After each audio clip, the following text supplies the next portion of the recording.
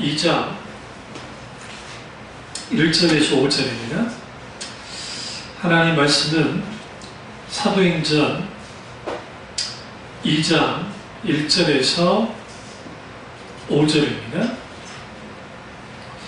오순절날이 이미 이름에 그들이 다 같이 한 곳에 모였더니 보니 하늘로부터 급하고 강한 바람 같은 소리가 있어 그들이 앉은 집에 가득하며 마치 불의 혀처럼 갈라지는 것들이 그들에게 보여 각 사람 위에 하나씩 임하여 있더니 그들이 다 성령의 충만함을 받고 성령이 말하게 하심을 따라 다른 언어들로 말하기 시작하니라. 그때에 경건한 유대인들이 천하 각국으로부터 와서 예루살렘에 머물러 있더니. 아멘. 하나님 말씀은 사도행전적 부흥입니다. 하나님 말씀은 사도행전적 부흥이라는 말씀으로 노래를 하려고 합니다. 우리가 사도행전에서 특별히 오순절 성령 강림 사건은 아주 중요한 사건입니다. 어떤 의미에서 중요하냐면 실질적인 모든 하나님의 구원의 계획과 하나님의 비밀의 경륜과 또 하나님의 모든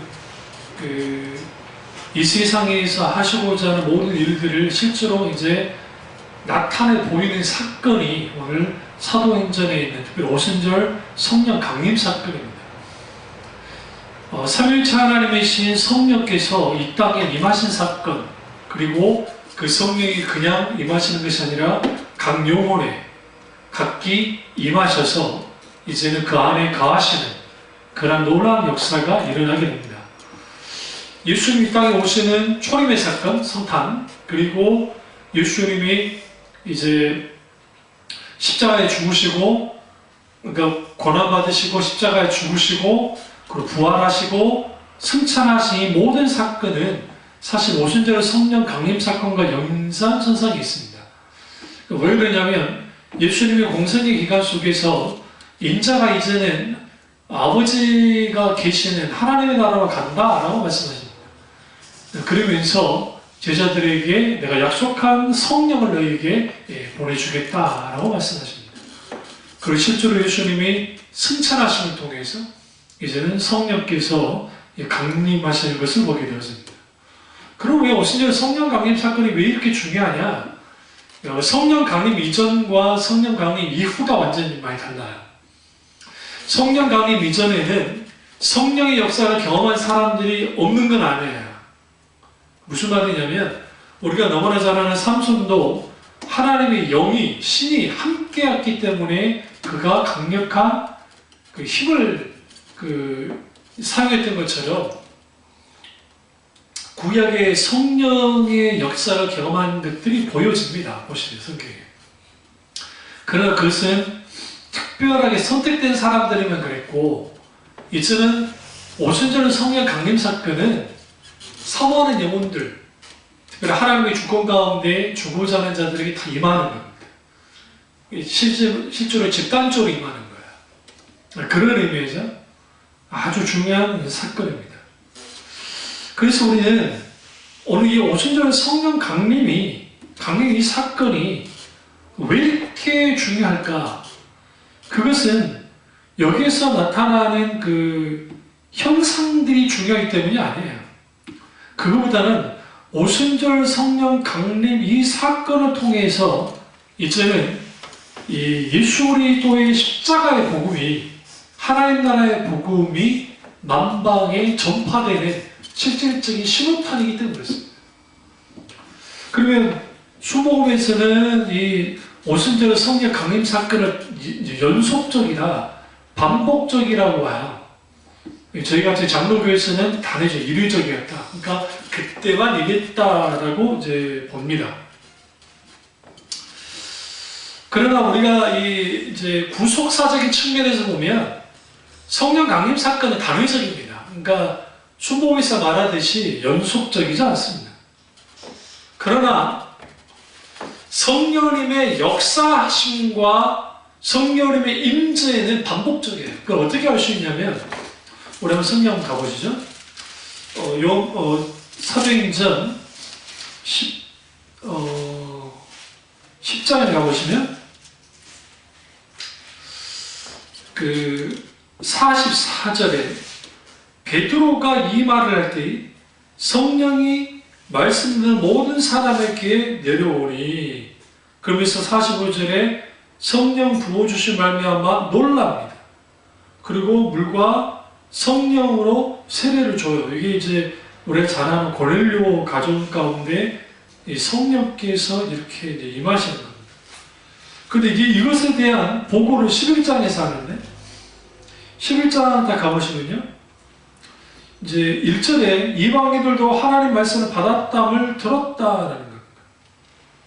그래서 그 15절을 보시면 내가 말하기 시작할 때 성령이 그들에게 임하시기를 처음 우리에게 하신 것 같이 하는 자, 여기 집중을 합니다.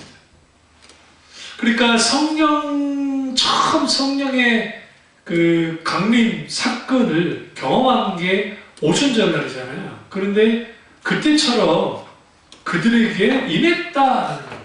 이 구절을 들어서 순복음에서는 말 그대로 오순절 성령 강림 사건은 연속적이라고 하는데, 여기서 연속적이라 할 때는 성령님의 임재와 역사하심이 연속적인 것이지 구속사적인 측면에서 임한 것은 딱 한 번이야. 성령의 강림 사건. 단회적으로 봐요.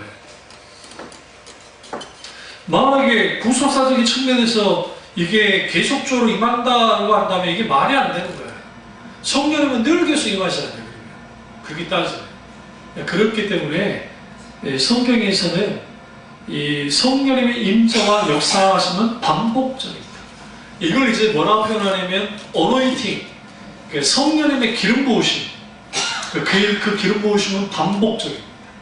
그러나 성령님의 세례, 그러니까 지금 이 오순절 성령 강림 사건을 성령 세례로 볼 것인가, 성령 충만함으로 볼 것인가, 근데 이 충만함도 세례적 관점으로 볼 것인가, 이게 이제 마틴 루터스 목사님 보는 관점과 순복음이나 은사주의자들 보는 관점이 많이 달라요. 그런 의미에서 오순절 성령 강림 사건은 성령 세례로 보는 게 좋아요. 그래서 세례를 딱 한 번 받죠. 한 번 받고 충만함의 사건으로는, 충만함은 반복적입니다. 그래서 여기서 충만하다는 것은 꽉 채워졌다라는 의미를 뛰어넘어요. 이거 오히려 그러니까 꽉 채워졌는데 계속적으로 흘러넘치는 충만함. 그게 성령의 충만함입니다. 그래서 우리가 이 오순절 성령 강림 사건과 그리고 여기에 있게 되는 그 놀라운 하나님의 부흥은 성령님의 실질적인 역사 속에서 일어납니다. 근데 여기는 두 가지가 이제 필요가 있는데, 하나님이 절대적 주권 가운데 일어난 거예요. 그러니까 그들이 막 열심히 기도했기 때문에 일어난 게 아니에요. 일단은 그렇다고 기도하지 않았으면 일어나나, 그렇지도 않아요. 왜 그러냐면 주님이 약속한 성령 임할 때까지 기다려라 했잖아요. 기도하면서. 그러니까 그들이 기다렸기 때문에 성령이 임한 건 사실이지만, 그렇다고 해서 그들이 막 기도를 열심히 했기 때문에 성령님이 임한 건 아니라요. 그거는 이 하나님의 주권 가운데 임한 거예요. 이 뭔 차이가 있냐고요? 굉장한 절대적 차이를 갖고 있어요. 찰스 피니가 오늘날의 순복음이나 은사주의자들의 아버지 같은 사람인데, 그러니까 부흥을, 성령님의 역사를 인간이 열심히 기도하고 부르짖어서 가져올 수 있다고 생각해요. 근데 이게 아주 위험한 말씀이에요. 왜 그러냐면, 이렇게 한국교회에 자리 잡다 보니까 소나무 뿌리를 뽑아야 되고 40일 금식기도를 해야 되고 뭘 해서 성령의 충만을 받겠다고 하는 거예요. 그러니까 기도하는 것 자체는 아주 중요해요. 기도 없이 어떻게 성령의 충만을 받겠어요. 그러나 성령 충만함은, 성령님의 강한 임재와 기름 부음은 하나님의 주권 가운데 주어져요. 다만 성경을 보니까 기도하는 자들 속에 임하더라. 근데 우리가 엄밀히 따지면 고넬료 집에 성령 임할 때 어떻게 임했어요? 기도할 때 임했어요? 아니요. 다시 보세요. 10장 보세요. 10장 44절 베드로가 이 말을 할 때 이 말이 뭐예요? 그 위에 있는 말이에요. 예수 그리스도께 십자가 죽을 사흘 만에 다시 살아났고 38절에 나사렛 예수의 성령과 능력을 기름 붓듯이 하셨다는 말씀을 쭉 했어요. 그리고 이 말을 하고 있을 때예요. 끝났을 때가 아니에요. 굉장히 중요합니다. 설교가 끝날 때가 아니라 설교를 하고 있을 때에 성령이 말씀 듣는 모든 사람에게 내려오셨다. 근데 그것을 베드로가 뭐라고 보고하면 11장에 우리가 처음 성령 강림 그 사건을 경험했던 것 같이 그렇게 임하더라 라고 보고합니다. 그러니까 여기서 우리는 뭘 할 수 있냐면 한국교회는 통성기도라는 것을 통해서 아주 유익한 아주 좋은 정말 그 신앙의 유산을 가졌는 사실이에요. 그리고 수많은 교회가 세계 교회가 배웠습니다. 그것에 대해서.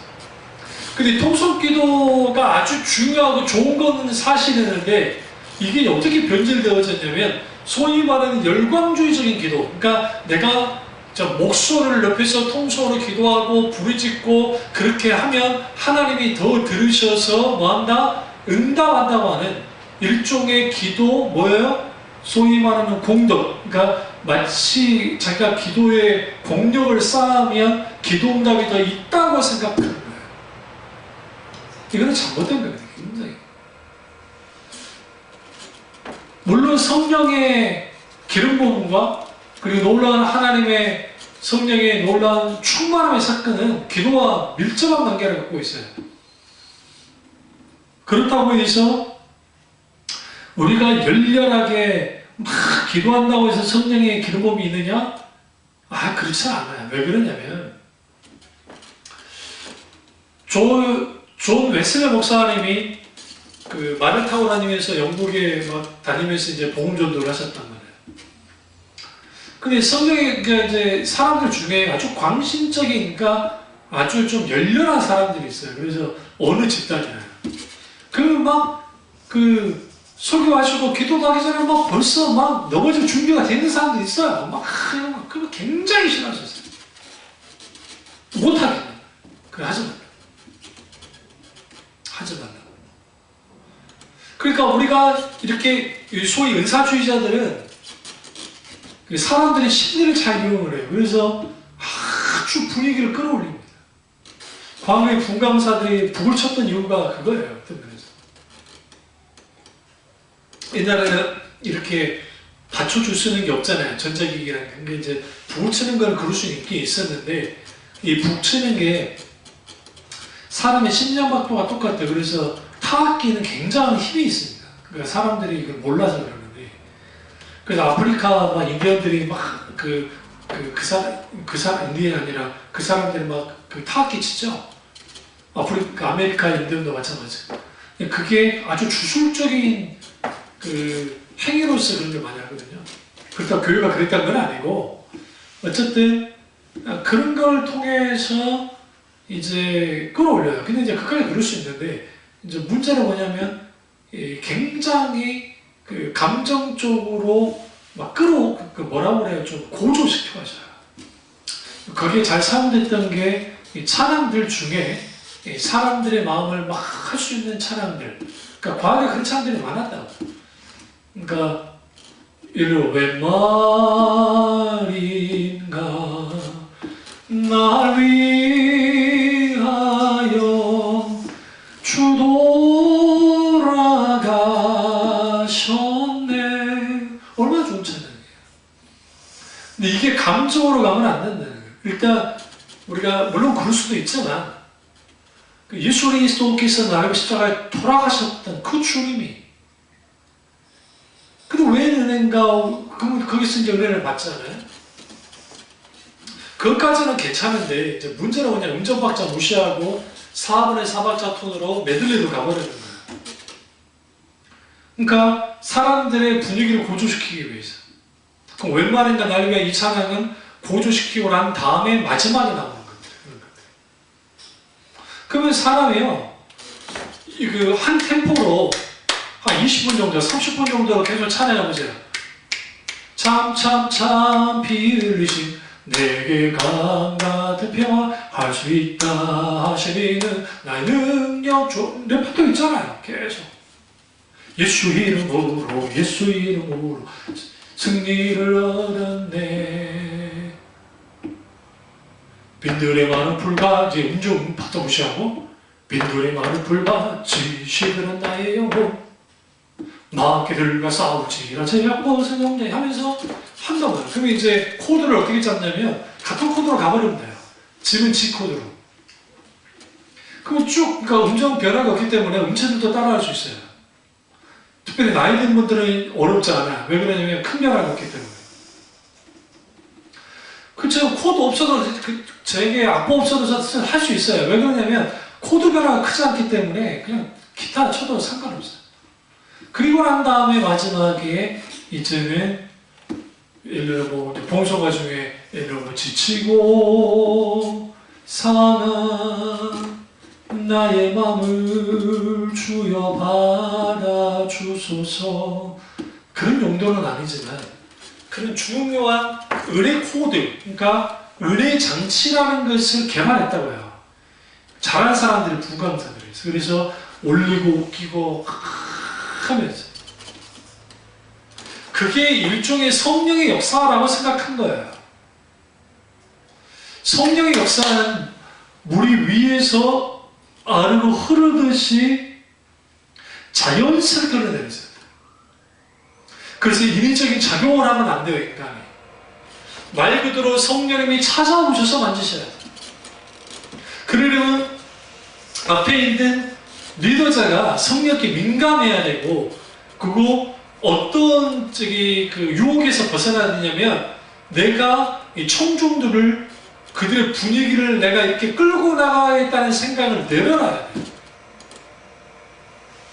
실제로 외소로 목사님이 그렇게 했을 때에 강력한 성령 역사 감당할 수 있어요. 설교로도 딱 그런 일들이 벌어져요. 외소로 목사는 굉장히 싫어했다니까요. 그런 걸. 왜 싫어했냐면 그게 광신 같았으니까. 그래도 불구하고 막을 수가 없던 게 성령께서 그렇게 역사하실 때가 있어요. 늘 일어나는 건 아니니까. 조나단 에드워드 목사도 마찬가지예요. 조나단 에드워드 목사님은 예일대학 교수셨고 그분 자체가 그냥 교수예요. 학자예요, 학자. 설교를 한 3시간 하시고 그것도 원고 이렇게 보면서 설교하시고. 근데 그 과정 속에서 사람들이 흐릿게 울고 거기서 성령의 강력한 역사를. 그런데 거기도 가짜들이 많았단 말이에요. 생각보다. 그 얼마나 많았으면 진짜 성령의 역사, 가짜 성령의 역사에 대한 글들을 쓰셨단 말이에요. 그래서 신앙의 정설하는 책을 보시면 거기에 잘 드러내고 있어요. 어떻게 영적으로 분별해야 될지. 그러니까 인간은 기본적으로 감정의 동물이라 해서 감정이 쉽게 가요. 어떤 설교를 좋아하느냐? 감정을 건드려주는 설교. 우리나라의 죄송한 말씀인데 우리나라의 그 큰 교회라고 일컬어지는 교회의 대부분 다 그런 터치를 잘하는 분들의 교회가 커요. 실제로 얼마만큼의 말씀이 깊이 있냐는 없고. 그러니까 박윤수 목사님 설교나 뭐 김단수 목사님 설교를 들어보세요. 재미 별로 없어요. 그나마 박윤수 목사님 밑이라도 있지. 나 보기에 박윤수 목사님 좀 밑이라도 있어요. 중간중간 좀 밑이라도 있지. 김단수 목사님이 밑이가 있나요? 거의 없어요. 말씀을 그대로 갖추고 나가잖아요. 근데 어디에 생명이 있습니까? 그런 설교에 생명이 있는 거예요. 그런 설교에. 근데 그런 설교에 생명이 있는데 이게 안 되는 거예요. 왜 안 되느냐? 기본적으로 오늘날의 교인들은 설교에 크게 관심이 없어요. 그리고 설교는 설교일 뿐이지 내 삶과는 관계없다고 생각해요. 이게 예배의 타락의 결과예요. 예배가 타락하면 설교는 설교일 뿐이에요. 왜 예배 드리느냐? 예배 왜 드립니까? 다 알아요. 하나님의 영광을 위해서 드려야 된다. 근데 우리는 하나님의 영광을 위해서 예배를 드린다고 하지만 사실은 예배 왜 드리느냐? 나를 위해서 예배 드리는 경우가 많아요. 내가 즐거워야 되고, 내가 기뻐해야 되고, 내가 예배에서 신나야 돼요. 그러니까 이제는 인적 자원이 많은 좀 큰 교회들일수록 그런 것들을 많은 장치를 해요. 요즘에는 매스컴이 좋아져가지고, 매스컴이 아니라 매스미디어나 기기들이 많이 좋아져가지고 충분히 만들어낼 수 있어요. 아주 아름다운 영상, 음악, 그 다음에 소위 말하는 콘텐츠를 개발해서 기타 등등. 그리고 요즘에 참 앞서시는 건데, 그 만나교회 같은 경우 이제는 종이 주보 없어졌어요. 종이 주보 안 써요. 이제는 다 스마트폰으로 다운받으면 돼요. 그래서 스마트폰에 다 이제는 종이, 그 교회가 크잖아요. 종이 주보로 나가는 돈을 선교로 넣어도 괜찮을 만큼 아주 잘하시는, 그건 정말 잘했다고 생각해요. 근데 여러분, 그거 아셔야 되는 게, 원래 주보라는 거 없어요.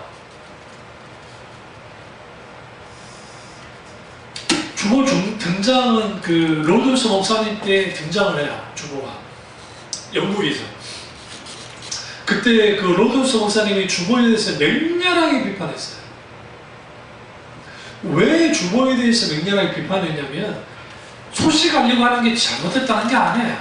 그게 아니라 형식과 의식과 그리고 일종의 홍보 수단 하잖아요. 그러면서 여기에 담아버려요. 그러니까 소위 말하는 가둬버리는 거예요. 프로그램에. 예배가 형식화되어지 않은 과정성이 나타나는 게 주보예요. 그러니까 교회에서 보면 막 주보만 보는 사람도 있잖아요. 평상시 안 하는. 그래서 이번 주 주일 설교 그 읽어본 사람 그나마 좀 낫지. 예배 순서를 이렇게 막 정해서 하는 거요? 이거 그 산물이에요. 우리가 오시는 성령의 이 강력한 성령의 역사가 우리 가운데 나타나야 되는데, 이것이 이렇게 되어지려면 결국은 하나님의 부흥 혹은 오순절에 일한 부흥들은 하나님의 조건이 있어야지고, 그 다음에 또 하나는 우리가 반드시 깨어기도해야 돼요. 예. 하나님은 언제나 부흥을 수단으로 역사했습니다. 갑자기 하나님이 찾아오셔서 주님이 이렇게 역사하신다는 거예요. 오스왈드 스미스라는 분이 뭐라고 했냐면, 하나님의 부흥이 아니고서는 오늘날의 수많은 문제를 해결할 수 없다라고 했어요. 그리고 하나님의 부흥이 아니고서는 교회도 존재할 수 없을 것이다 라고 했습니다. 그만큼 하나님의 부흥은 아주 중요해요. 사실 리바이벌이라고 하는 이 부흥에 대한 정의가 아직도 명확하게 되지 않아요. 그러니까 영성이라고 하는 과거 제가 대학원에 있을 때, 학부와 대학원에 있을 때 영성이 그때 대두됐는데, 영성이 뭐냐고 할 때에 이게 정확하게 용어가 정의가 제대로 되지 않았고, 부흥도 마찬가지 같은 면에서는. 근데 공통적인 것은 부흥은 믿는 사람이든 믿지 않는 사람이든 이걸 한거할 수 없는 하나님의 무제한적인 하나님의 임재야. 영광의 임재. 그게 부흥이에요, 사실. 그러니까 그 하나님의 부흥이 임했기 때문에 오순절 날에 봉을 들고 나아갔을 때 3,000명이 회개하고 5,000명이 회개한 거예요. 그런데 중요한 것은 예수님 입장 오빠에 돌아가시니 50일밖에 안 지났다고요. 생각해보세요. 2달도 안 지났어요. 그러면 예수님을 죽였던 사람도 그 현장에 있었어요. 근데 그들이 예수를 믿는 거예요. 불과 2달 만에. 어떻게? 성령님의 강력한 강림 통해서, 혹은 성령의 충만, 성령의 임재와 기름 부음으로 인해서 그런 일이 벌어집니다. 그래서 부흥은 하나님의 초자연적인 개입을 의미합니다. 그리고 거기서 나타나는 게 영적인 각성이 일어나요. 영적인 각성이 일어나는데 거기서 회개가 일어나는 겁니다. 그래서 하나님의 이 강력한 성령의 기름 부음과 그 부흥의 역사가 나타날 때에 성령이 부어주신다는 표현을 쓰잖아요. 부어주신. 그리고 부흥을 하나님의 방문이라고 표현하기도 하는데, 하나님이 직접 방문하시는 거예요. 현장. 그리고 하나님이 현현하는 거예요. 하나님이 직접 임재하시고 함께 하시는 것들, 이 모든 것들이 어떻게 나타나느냐? 부흥을 통해 나타나요. 그래서 부흥은 하나님의 능력의 초자연적인 표시가 부흥입니다. 그리고 여기서 구체적으로 나타나는 게 하나님께 대해 돌이키는 일이 벌어지니까, 돌이켜지니까. 내가 하나님께로 이제로 돌아오는 일들이. 아주 보잘것없던 사람들이 바뀌어져 나가는 거예요. 그러면서 참여 중앙교회가 다시금 성령의 기름 부음과 충만함을 더 강조해야 돼요. 성령을 더 구해야 돼요. 기도할 때마다 성령의 기름을 부어달라고, 성령의 충만케 해달라고 기도해야 돼요. 성령 충만함이 없이 은혜 충만 없습니다. 왜 우리가 은혜에서 미끄러지느냐? 성경의 관점에서 신자가 은혜에서 미끄러지는 이유는 하나님의 은혜의 현재적 통치로부터 벗어나서 그래요. 그러니까 은혜의 통치를 받는 사람들은 넘어질 수도 있고 미끄러질 수는 있는데 아주 자빠지거나 아주 넘어지지 않아요. 금방 일어나죠. 그런데 하나님의 은혜의 현실적 통치 안에 있지 못하게 되어지면 내가 은혜 안에서 쉽게 넘어져요. 미끄러지고. 근데 그 이유는 뭐냐? 근본적 이유는 뭐냐? 성령 충만하지 않아서요. 잘 들으세요. 성령 충만과 말씀 충만은 같아요. 다르지 않아요. 그 어떻게 할 수 있냐고요? 우리가 사도행전을 보시면 사도행전에서 성령 충만을 막 계속 말을 해요. 굉장히. 그런데 6장 가보세요. 6장 7절. 하나님의 말씀이 점점 왕성하여라는 표현을 씁니다. 말씀의 왕성함. 성령 충만의 결과이자 실질적인 성령 충만과 함께하는 게 말씀의 왕성함이에요. 이걸 좀 더 쉽게 표현하면 말씀 충만과 성령 충만은 따라가지 않고 같이 가게 돼 있어요. 그러니까 성령이 충만한 가운데 성령이 충만한 곳에 말씀이 충만해 가야 돼요. 근데 문제는 뭐냐면 말씀과 성령의 조화 가운데 함께 같이 가지고 좋아요. 근데 그게 잘 안 된단 말이에요. 소위 은사주의적인 교회들은 성령을 해요. 그래서 뜨겁게 기도도 하고 거기에 성령의 현상들도 나타나요. 그게 감정적인 게 될텐데 어쨌든 간에 성령의 역사 어떤 현상들이 자주 일어나긴 한단 말이에요. 문제는 뭐냐? 말씀 왕성함이 없어요. 그럼 반쪽짜리예요. 또 반대로 말씀해야 아주 말씀을 뜨겁게 사랑해야. 근데 문제는 뭐냐면 성령님께 대하여 아주 편견을 갖고 있는 그 신학적인 편견을 갖고 있는 사람, 특별히 은사 중조론에 빠져 있다든지 성경의 정경, 신약 성경의 완성과 동시에 능력의 은사들은 사라졌다 잘못된 이런 인식을 갖고 있는 신학을 갖고 있는 사람들이 그렇게 나오고, 또 하나는 성령님의 역사에 대해서 어느 정도 열려있긴 하지만 그런데 아주 소극적인 거예요. 그러니까 어떤 현상에 대한 안르지 반응인 거예요. 이게 그럴 수 있는 게 소위 은사주의자들 속에 그런 경우가 많거든요. 그러다 보니까 성령님을 제한해버려요. 그러니까 오늘날의 성령의 역사가 나타나지 않는 가장 근본적 이유는 뭐냐면 모든 예배는 성령으로 예배드려야 되잖아요. 서로가 뭐랍니까? 너희가 영으로 봉사하고 라는 표현을 썼어요. 성령으로 봉사하고 그 원전을 내려보시면. 근데 성령으로 봉사하고 할 때 여기 봉사라는 단어가 서비스라는 단어예요. 서비스. 근데 우리 서비스 생각하면 무슨 생각이에요? 우리 음식점의 서비스. 그 생각하면 안 돼요. 여기서 하는 서비스는 예배예요. 그러니까 성경에서 예배는 서비스예요. 하나님을 향한 봉사가 예배예요. 성령으로 예배드리는 거예요. 그런데 성령으로 예배드려야 되는데 오순절 날에 성령께서 오셔서 모든 예배의 주관자가 됐어요. 그리고 사도들은 민감하게 성령께 반응했고 거기에서 성령의 강력한 역사가 나타났다고요. 근데 성령의 역사가 나타나는 것에 꼭 따라온 게 뭐였어요? 하나님의 말씀이에요. 십자가 보고 예수 그리스도가 하나님의 아들 되신과 예수 그리스도가 인류의 모든 죄악을 담당하고 죽으셨고 부활하셨고 승천하셨다는 사실, 그리고 누구든지 주 예수를 믿고 회개하고 돌이킨 자들은 구원받는다고 하는 그 십자가의 복음이 강력하게 선포되기 시작했어요. 당연히 하나님의 말씀이 왕성. 이게 다 뭐와 연결됐어요? 오순절 성령의 부흥의 역사와 관계가 있어요. 참여중앙교회도 늘 모토가 말씀과 성령이잖아요. 말씀과 성령의 조화 가운데 있어야 된다. 이거는 21세기 비전뿐만 아니라 원래 성경의 비전이에요. 초대교회가 그랬어요. 대표적인 교회가 안디옥 교회인데, 안디옥 교회는 말씀과 성령의 조화가 있던 교회예요.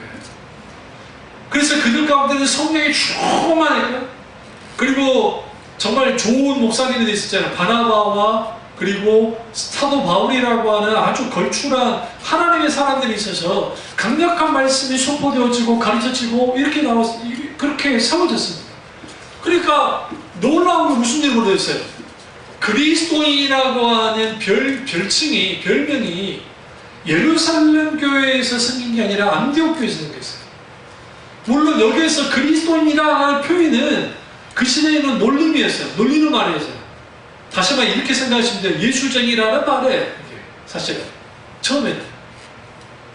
그러나 안디옥 교회에서 그리스도인이라고 일컬어지는 가장 근본주의는 뭐냐면 말씀의 충만함과 성령의 충만함이 함께 있었기 때문에 거기에서 강력한 하나님의 역사가 함께 있어요. 그러니까 예수쟁이라 할 수밖에 없어요. 그리스도인이라는 뜻이 뭡니까? 그리스도께 속한 자라는 뜻이잖아요. 그리스도께 속한 자들인 거예요. 그 별칭이 예루살렘 교회에서 나온 것도 아니고 에베소 교회에서 나온 게 아니라 안디옥 교회에서 나온 거예요. 얼마나 멋집니까? 그래서 오늘날의 현대교회가 우리 교회도 마찬가지로 모델이 되는 교회는 예루살렘 교회가 모델로 돼야 되겠지만 더 모델이 돼야 할 교회가 안디옥 교회예요. 지금 시리아 안디옥가라는 데가 있거든요. 지금 시리아 거기에요. 안디옥. 아주 중요한 곳입니다. 그러니까 그런 곳에서 강력한 이 성령의 부흥의 역사가 나타났는데 그런 의미에서 말씀 충만과 성령 충만은 아주 소중해요. 여기서 이제 그 중요한 게 여기 모여 있었어요. 다 같이. 사도행전 2장 1절에 보시면 오순절 날이 이미 그들이 다 같이 한 곳에 모여 있었다라고 성경이 말합니다. 누가복음 가보세요. 누가복음 제일 마지막 24장 가보세요. 24장 49절을 보시면 볼지어다 내가 내 아버지께서 약속하신 것을 너에게 보내리니 너희는 위로부터 능력이 뭐 할 때까지? 입혀질 때까지 이 성에 머물라 하시니라. 능력이 입혀지는 사건, 이 사건이 성령 강림 사건 혹은 성령 충만함의 사건입니다. 그리고 헬라어 시제상 단순 과거에 그 시점만 일어났다는 거예요. 현재 진행이 아니에요. 근데 여기서 능력으로 입혀진다라는 표현이 중요해요. 능력으로 입혀진다. 능력이 임한다라는 의미로 볼 때 이걸 여기에서 어노인팅이 나오는 거예요. 그러니까 어노인팅. 성령이 능력으로 임하시는 것. 그것이 기름 부음이에요. 우리가 성령의 기름을 부어주십시오 하잖아요. 이렇게 표현하면 돼요. 성령의 능력으로 함께해 주옵소서. 부어주옵소서. 근데 여기서 너희가 위로까지 머물라 했죠. 그럼 구체적으로 너희가 기도하고 있어라, 뭐하고 있어라 그러지 않아요. 근데 왜 기도한다고 했을까요? 모여서 뭐하고 있어요? 기도하죠. 그러니까 24절 보시면 마띠아를 뽑을 때 기도하잖아요. 기도하면서 선택을 하죠. 이게 연장선상을 가요. 그러니까 이제 많은 분들이 저는 그렇게 봅니다만은 오순절 성령 강림 때에 말 그대로 그들이 기도하다가 성령을 받았다라고 하는데 근데 이게 추론을 해볼 수 있는 게요. 기도하고 있을 때 성령이 임하셨든지 고넬료 집에 설교 말씀을 들을 때 임하셨든지 분명한 것은 두 가지가 같이 있었다는 거예요. 뭐가요? 기도와 말씀. 기도와 말씀. 그러니까 이 두 균형추가 확실하게 세워지지 않으면 교회는 뭐 하게 되냐면 모두를 잃어버려요. 이게 어떤 교회가 아주 약한 교회들이냐면 그나마 말씀으로 양육된 교회들은 그나마 버텨나가는데 이 소위 은사주의자들에 의해서 막 기도만 하고 막 불러만 하는 사람도 있죠. 그런 교회들은 사실상 상당수가 뭐냐면 굉장히 약해요. 취약해요. 그러니까 붙들어야 되는 율법적으로 붙들거나 공간 협박으로 붙들거나 아니면 은사로 붙들거나 자기가 영적으로 능력을 받아가지고 나는 신령한 사람이네 하면서 목사가 아주 교주 비슷하게 딱 돼가지고 사람 휘어잡는 거예요. 그러니까 분명히 정통 교회인데 그런 교회 가보면 이게 진짜 교회인지 아닌지 모를 정도 그렇게 되거든요. 그럼 왜 그러느냐? 하나님의 말씀이 함께 역사되어지는데 현상만 추구해 나가니까 그래요. 그러니까 오순절 이 사건을 현상만 바라보면 안 돼요. 그러니까 순복음은 방언이라고 하는 현상에 너무 집중했어요. 근데 사실은 오순절날에 임한 이 방언은 오늘 우리가 받는 은사방언과 완전 달라요. 다르다고요. 이거는 언어적 방언이에요. 그래서 이걸 뭐라고 말하냐면 표적방언이라는 표현이에요. 표적방언이라고. 표적으로서 보여주는 방언이었고 고린도서 12장에 나오는 방언의 은사이죠. 이게 은사방언인 거예요. 오늘날 우리가 받는 것들은 대부분이 은사방언이에요. 물론 표적방언을 받았다고 하는 분들도 있어요. 왜냐하면 그 아프리카 선교지에서 선교사님이 기도하다가 방언이 임했는데 그들의 언어 가운데 분명히 그 방언하는데 그들이 알아듣는 막 그런 그 표적방언의 역사가 나타나기도 하긴 하지만 그럼에도 불구하고 우리가 말하는 은사방언, 은사방언. 그러니까 한국교회 지금은 초례를 냈지만 과거에 성령 받는 것에 그 성령 세례의 증거를 방언으로 받다. 방언으로. 순복음에서. 근데 여러분 그걸 웃기는 거예요. 그러니까 어떤 해편을 벌였네. 그러니까 방언을 교육시킨 거예요. 제가 오살리나 그런 데서 하늘살기도 그런 데서 고 이천서 목사님이 했던 말은 뭡니까? 개나 소나 다 멍멍거리고 짖는데 응? 예수 믿었다는 것들이 방언도 못해 대접도 못한 것들 하면서 막 이렇게 했잖아요. 그러면서 뭐 시켰나요? 할렐루야 할렐루야 모아다 놓고 방언 못 받은 것들 남아 했고 뭐 했어요? 할렐루야 할렐루야 할렐루야 할렐루야 할렐루야 할렐루야 이걸 한 30분 해보세요. 혀가 꼬부라졌어요. 그럼 그다 랄랄랄랄랄랄랄라 앞에서 분위기 띄워주고 하니까 그게 방언 받았다. 그게 무슨 방언 받은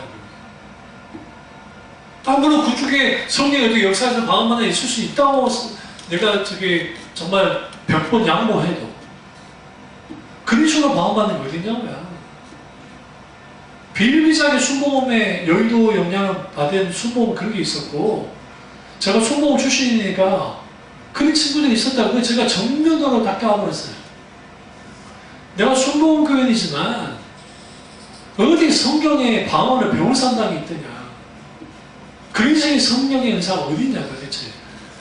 나는 내가 방언을 받을 때에 그런 식으로 받지도 않았고 혼자 회개하는데 그렇다고 해서 뭐 방언 은사 주세요라고 부르셔 기도할 때는 하나님이 안 주시더니 회개하고 있는데 갑자기 방언이 임했어요. 그게 중3 때예요. 중3 때. 저희 형은 초등학교 3학년 때 방언을 받았어요.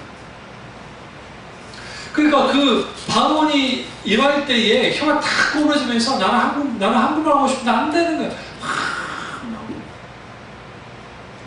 그러면서 방언으로 기도하기 시작하면서 이게 자라나면서 지금의 방언이 되는 거예요.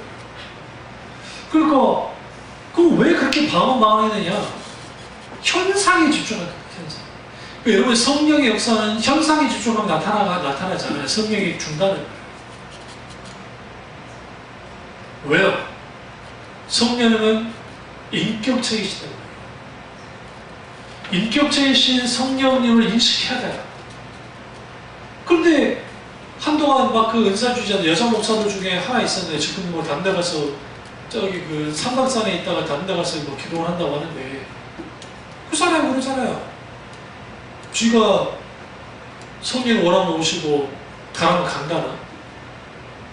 하나님 오라면 오시고 가라면 간다. 그런 게 어디 있어요 도대체?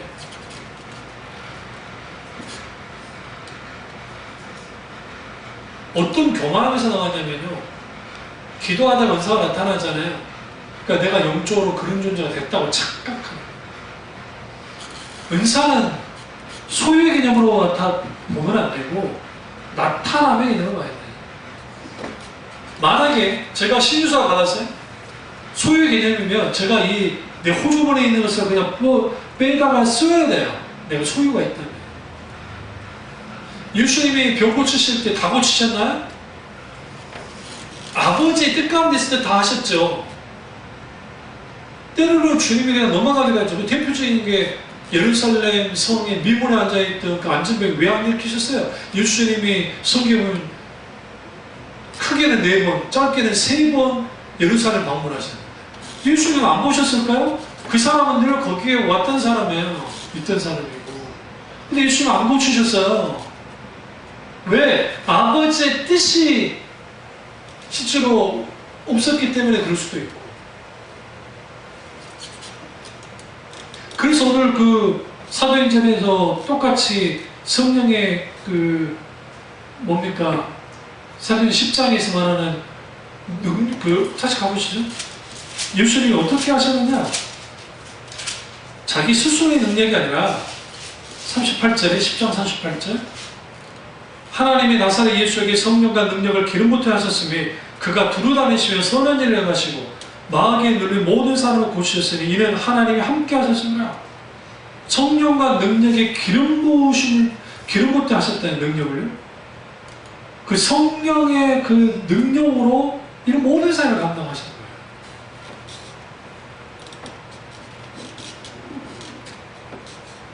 그래서 은사는 방언 은사 빼놓고요. 나머지 모든 은사들은 사실상 나타나요.